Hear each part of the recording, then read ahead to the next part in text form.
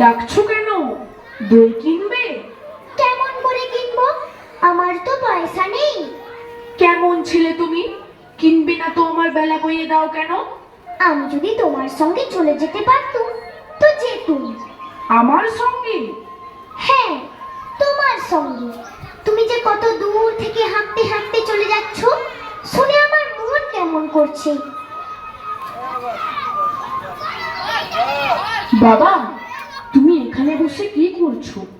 কবিরাজ আমাকে বেরোতে বারণ করেছে, তাই আমি সারাদিন এখানেই বসে থাকি। আহা, বাছা তোমার কি হয়েছে? আমি জানিনি, আমি তো কিছু করিনি, তাই আমি জানিনি আমার কি হয়েছে। দয়ালা, তুমি কোথা থেকে এসেছো? আমাদের গ্রাম থেকে এসেছি। তোমাদের গ্রাম? অনেক দূরে তোমাদের গ্রাম? আমাদের গ্রাম সেই পাঁচমুড়ো পাহাড়ের তলায় শ্যামলী নদীর ধারে। পাঁচমুড়ো পাহাড়, শ্যামলী নদী?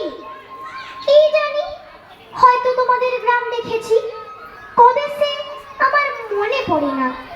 তুমি দেখেছো? পাহাড়ের তলায় কোনোদিন গিয়েছিলে নাকি? না, কোনোদিন যাইনি, কিন্তু আমার মনে হয় যেন আমি দেখেছি। অনেক পুরনো কালের খুব বড় বড় গাছের তলায় তোমাদের গ্রাম, একটি লাল রঙের রাস্তার ধারে না? ঠিক বলেছো বাবা। সেখানে পাহাড়ের গায়ে সব গরু চড়ে বেড়াচ্ছে। কি আশ্চর্য! ঠিক বলেছো, আমাদের গ্রামে গরু চড়ে বই কি, খুব চড়ে। মেয়েরা সব নদী থেকে জল তুলে মাথায় কলসি করে নিয়ে যায়, তাদের লাল শাড়ি পরা। বাহ বাহ, ঠিক কথা। আমাদের সব গয়লা পাড়ার মেয়েরা নদী থেকে জল তুলে তো নিয়ে যায়, তবে কিনা তারা সবাই যে লাল শাড়ি পরে তা নয়। কিন্তু বাবা, তুমি নিশ্চয়ই কোনোদিন সেখানে বেড়াতে গিয়েছিলে। সত্যি বলছি দয়ালা, আমি একদিনও যাইনি। কবিরাজ যেদিন আমাকে বাইরে যেতে বলবে সেদিন তুমি নিয়ে যাবে তোমাদের গ্রামে। যাব বই কি বাবা, খুব নিয়ে যাব।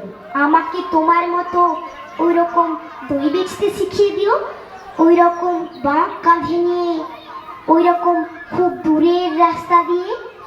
মরে যাই, বই বেচতে যাবে কেন বাবা?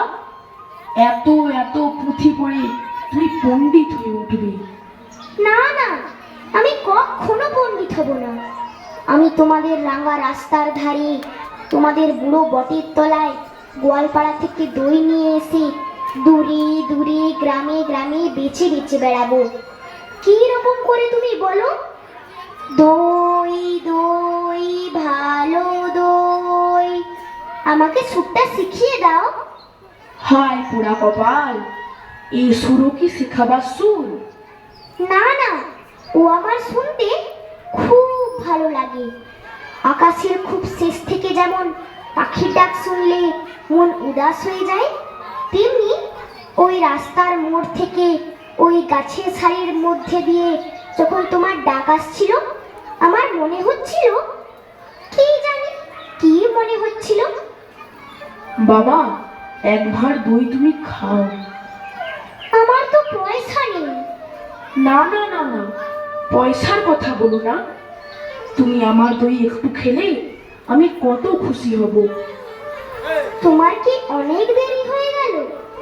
কিচ্ছু দেরি হয়নি বাবা, আমার কোনো লোকসান হয়নি। দই বেচতে যে কত সুখ সে তোমার কাছ থেকে শিখে নিলুম। देखिए इंग्लिश আলী ও শবনম আফরিন একটা জোরে করতালির মাধ্যমে তাদের